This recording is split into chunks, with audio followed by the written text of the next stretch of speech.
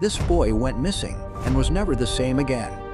Today, we'll explore stories of individuals who disappeared and were found years later, having endured traumatic experiences. These harrowing accounts reveal the resilience of those who faced unimaginable challenges and how their lives changed forever after such ordeals. First, we have to look at Riker Webb. In 2022, Riker was reported missing from his home. A 4-year-old boy was found safe over the weekend after he'd been gone 2 hours when the search began. The boy was found safe after being lost in the wilderness for days. The red-headed toddler had been walking around in the woods near his family's cabin, but wandered off and got lost. He spent 2 days alone in rural Montana, an area inhabited by mountain lions and bears, and faced severe thunderstorms with temperatures dropping to just 40 degrees Fahrenheit. A search party went out to find the boy, and after hours of calling Riker's name, they finally heard him shout back. He was very scared and shaken by the experience, but thankfully, Riker was unharmed and was soon reunited with his parents. Authorities still want to know why Riker's parents took 2 hours to report him missing, but the important thing is that the boy is safe despite his harrowing experience. Moving on, let's look at Stephen Stainer. On December 4th, 1972, Stephen Stainer was walking home from school when he was approached by 2 men, Irvin Murphy and Kenneth Parnell.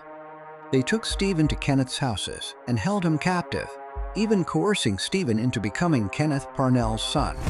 Stephen was only 7 years old when he was taken, but when he was 14, he decided to escape.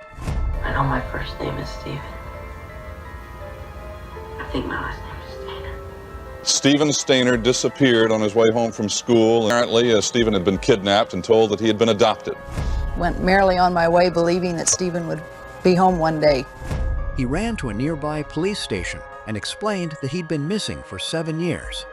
Irvin Murphy and Kenneth Parnell were both arrested, and Stephen was finally reunited with his family. It was very weird, though, as his parents hadn't seen him since he was 7 years old. Sadly, Stephen never recovered from his abduction. He struggled to adjust to normal life and preferred to keep his ordeal private, not wanting to talk about it too much. Sadly, when Stephen was 24 years old, he passed away after his motorcycle collided with a car, meaning that he only had 10 years left of his life after he escaped captivity. J.C. Dugard. In 1991, 11-year-old J.C. was kidnapped by Philip Garrido while she was on her way to school. During her 18 years in captivity, J.C. gave birth to 2 daughters. Taking those 2 girls and running. I'm sure I did, but it wasn't something I felt I could do. Remarkably, she developed Stockholm Syndrome and believed she was in love with her captor. In 2009, Philip took his daughters to a college campus, which ultimately led police to search his home. They found sheds and tents where J.C. and her daughters had been kept. First booked her 5 years ago, and now J.C. has a new book. It's hard for me to deal with, as an officer. I mean, I think, as law enforcement, we get involved. Thankfully, J.C. was rescued and reunited with her family, finally free after nearly 2 decades of horror.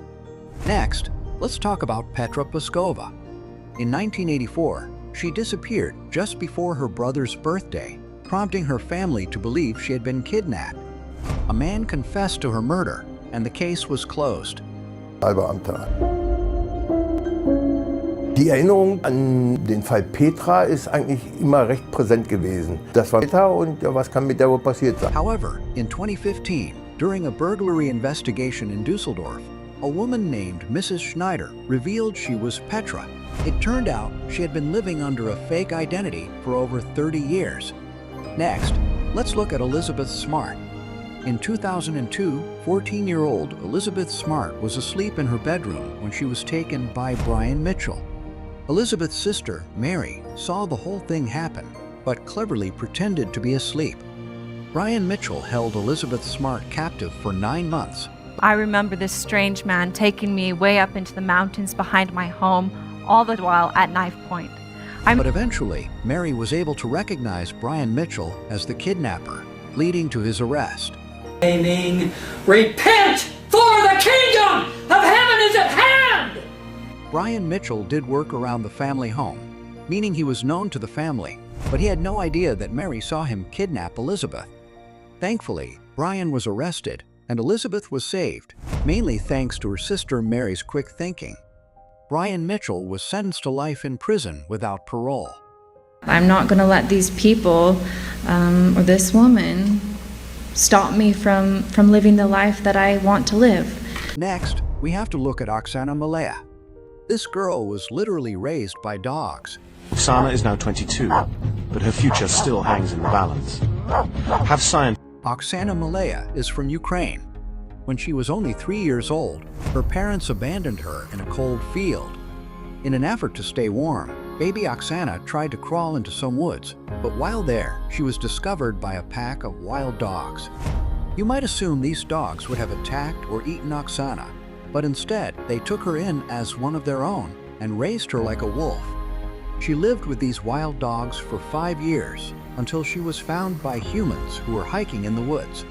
By the time Oksana was rescued, she couldn't speak. All she could do was bark and run around on all fours. Eventually, Oksana was taken into foster care, where she was taught how to walk and speak. She's now an adult, but sadly, she never became fully normal again.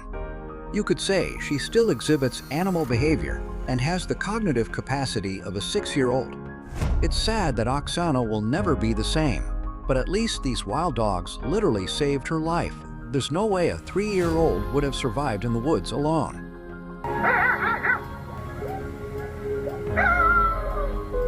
Finally, let's discuss Robert McDonough. In 2013, Robert disappeared from his home in Maine.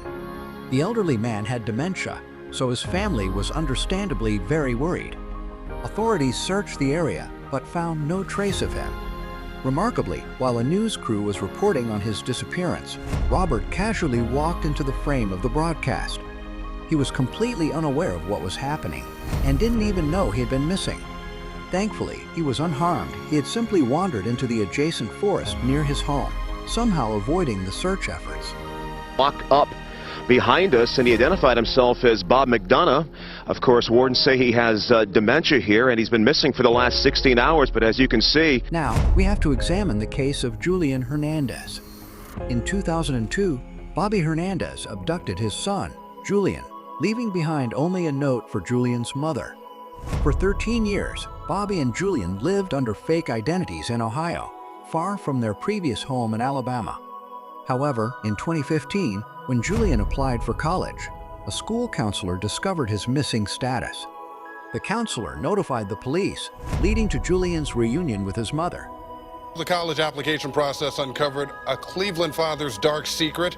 Today, Bobby Hernandez pleaded guilty. Is going to spend the next 4 years in prison. Bobby was sentenced to 4 years in prison, but surprisingly, Julian said he forgives his dad, despite living a lie for so long. Know what else to say other than not to send my father to jail. She is now trying to rebuild a relationship with her son, who's 18 years old. Now, I want to hear from you. Which of these stories blew your mind the most? Comment below.